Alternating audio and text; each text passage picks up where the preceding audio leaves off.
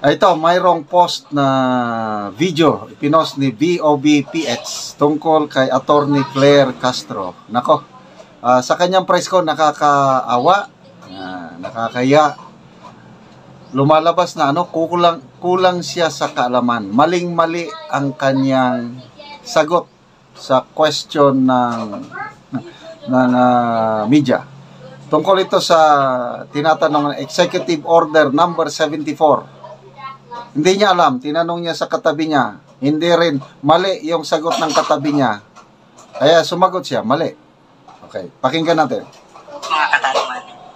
Si Senator Risa kasi she was pointing on several loopholes dun sa EO 74 na kailangan daw po dapat ma-address. EO 74. Anong particular yung EO 74? Ayan, nagtanong. SIM card. Yung SIM card. SIM card. Okay, SIM card. Yun nga po, kahit noon pa po, sinasabi natin ay mukhang meron po talagang loopholes. Ang nasabi, maski na po yung batas ni sinabi nga po, ang pagre-register dito ay maaaring gawing online at ito ang naging sanhi ng problema. It is my privilege and honor to sponsor for the consideration of this August Chamber House Bill number 14 entitled an Act requiring the registration of subscriber identity module cards, otherwise known as the SIM Card Registration Act. Yan, pinagtatawanan na. Bakit pinagtatawanan? Kasi malayo yung sagot niya.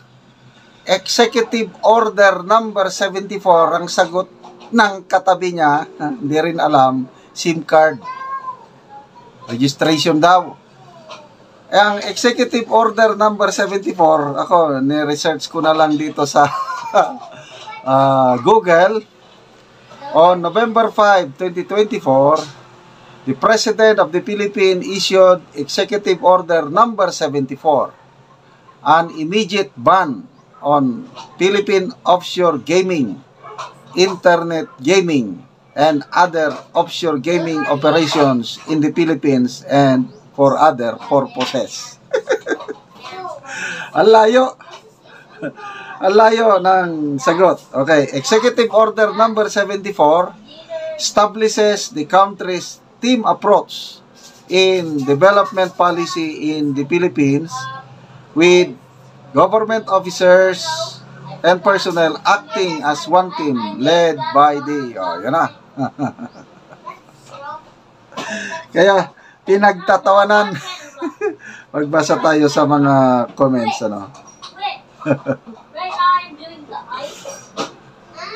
Mike Garcia, sandali matapang siya yung tapang niya sana, okay lang yung matapang, kailang alam mo yung sinasagot mo. Ito. So ano na lang ang iisipin ng reporter na nagtanong. Okay. Mike Garcia, is she also a ngagba?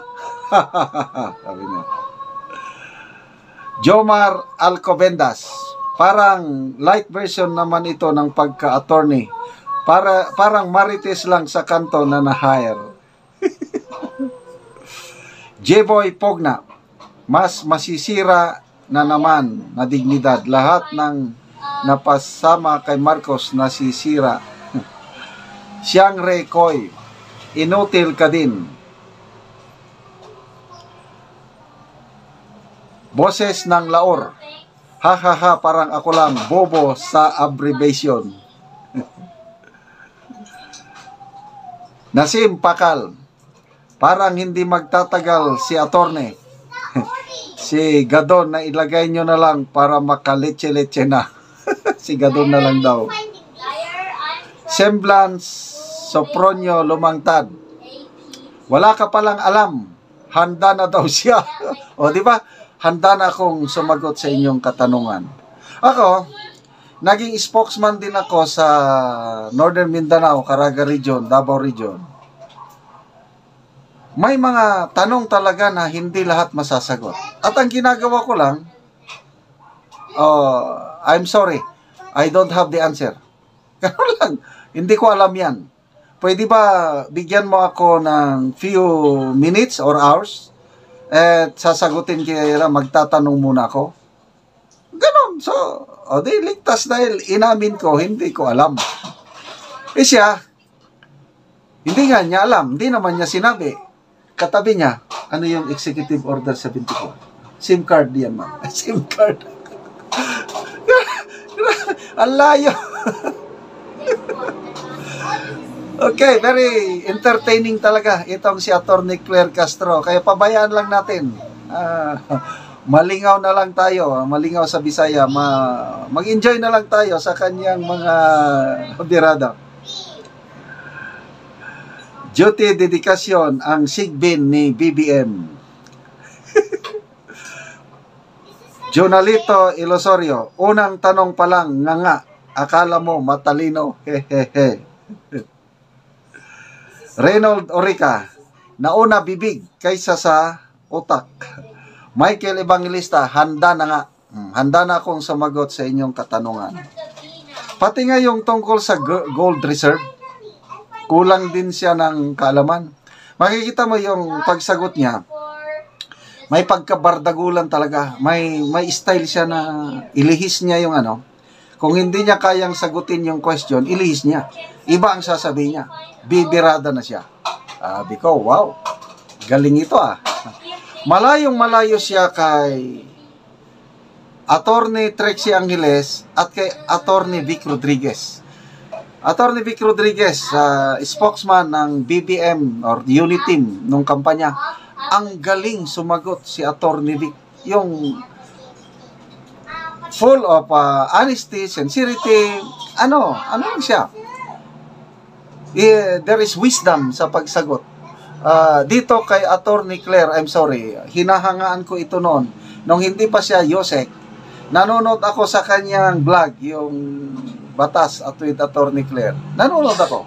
Hindi naman palagi, kaya lang from time to time, pinapakinggan ko siya. Okay naman siya. Dito na lang siya, medyo nawala na yung aking kwan sa kanya. Dahil yun na nga, palaban na kulang sa dating ang kanyang pagiging palaban. Anyway, good luck sa iyo, Attorney Claire Castro. Pahayag ni Attorney Claire Castro sa kanyang press conference kanina. Nako, strike again. Talagang palaban, nakaka-entertaining pag sumagot itong si Attorney Claire Castro. Ito, nakapahayag na naman siya ng mga maanghang na salita laban kay dating Pangulong Rodrigo Roa Duterte. Okay, pakinggan natin itong balita ng ABS-CBN News, itong post tungkol sa pahayag ni Attorney Castro at magbigay ako ng reaksyon. Just get your reaction on the recent pronouncement of Vice President Sara Duterte that in an indignation rally in Cebu, she said na may karapatan ng mga Pilipino na magalit sa gobyerno, ma'am. Unang-una, nakakalungkot po na mula sa pangalawang pinakamataas na leader ng bansa ay mukha pang nag-i-encourage siya sa mga tao na magalit sa gobyerno. Nung nalaman po ito ng Pangulo ay wala po siyang naging reaksyon dito dahil hindi nga po ito dapat nanggagaling sa pangalawang pinakamataas na leader ng bansa. Ang tanong lamang po, nung panahon ba ng kanyang ama, nagsabi rin po ba siya na maaari po kayo magalit? Lalong-lalo na po nung ang kanyang ama ay nabansagan at nabigyan po at kinilala bilang most corrupt. Most corrupt ha? Noong 2017. Matatandaan niyo po ba yun? Nung, most corrupt. Diyan tayo magtala kay mamaya. Noong 2016 ay runner-up lamang ang Pangulo. Wala, hindi siya daw. Noong 2016, runner-up lang si Pangulo bilang most corrupt. Siya ay kinilala ng Organized Crime and Corruption Reporting Project. Pero noong 2017 ay nag-level up si dating Pangulong Duterte at siya na po yung naging awardee at kinilala ng People of the Year being the most corrupt. At inamin din naman po niya sa kanyang statement ni Pangulong Duterte na siya ay corrupt at siya ay nagnakaw. Pero naubos na nga lang. Kaya natatandaan niyo po ba yun? Because meron pa po ako ditong statement yan. Okay? So, ang tanong lamang natin, yung ba ay hindi niya man lang nasabi na dapat na merong karapatan ang taong magalit. And at the same time, wala po tayong nadinig sa Pangulo kahit ano pa ang naging di umanong anomalya ng DepEd sa pamumuno ni VP Sara. Lalo-lalo na nung nasayang ang pondo sa mga pagkaing na bulok lang na intended sana sa mga estudyante, lalong-lalo na sa mga maralitang estudyante. So, being the Vice President, siya bilang Vice President, mas maganda po sana kung siya ay mag-i-encourage sa mga tao na makipagtulungan lang instead of having this feeling of hatred against the government. Mas maganda po na sabay-sabay sana tayong umangat kesa sa may mga ibang tao na gusto magpabagsak ng gobyerno. She's arguing that it's part of freedom of expression. Yes, wala po tayong masasabi kung kanyang ina-express ang kanyang damdamin. Pero bakit naman ngayon lang? Mas marami naman din pong nangyari nung panahon ng kanyang ama. So parang ang pag-encourage po ba niya na magalit ang tao, meron po ba itong link doon sa sinasabing destabilization? At pinapatok ko lang palagi na ang taong bayan ay dapat nang kumilos laban sa gobyerno. Ma'am, nabanggit niyo po kanina wala pong reaction si Presidente. So, nakakausap niyo po ba siya tungkol sa mga ganitong pag may banat po yung mga Dutertes against him? Tinanong po natin yan sa PCO na nakipag-usap kay Pangulo dahil tinanong natin dahil definitely alam natin na ito ay magiging issue. At tinanong po natin, ano po ba ang reaksyon ni Pangulong Marcos? Kilala po natin ang Pangulo. Hindi siya agad-agad nagre-react sa mga ito. Kaya hayaan na lang natin dahil siguro iniisip niya ang suggestion na ito ni VP Sara na i-entertain o maging okay lang na maging magalit sa gobyerno ay isang napakawalang kwentong suggestion. Thank you, ma'am. Okay. So, iba talaga kung sumagot itong si Attorney Castro. But, be that as it may, wala na tayong ganyan siya, ganyan ang style niya. Kailang, pag-usapan natin yung sinasabi niyang most corrupt si Pangulong Rodrigo Roa Duterte 2016, 2017. Hindi ko makuha yung grupo na sinasabi niya na nagbansag na most corrupt ang Pangulo. Depende na sa taong bayan. Ano ba? Well, hindi perpekto si Pangulong Duterte. Lahat may korupsyon. Kailang ikumpara mo sa korupsyon ngayon. May pito ng kaso na isinampa sa administrasyong ito sa Supreme Court. At related lahat yan sa, yung 5 related sa korupsyon.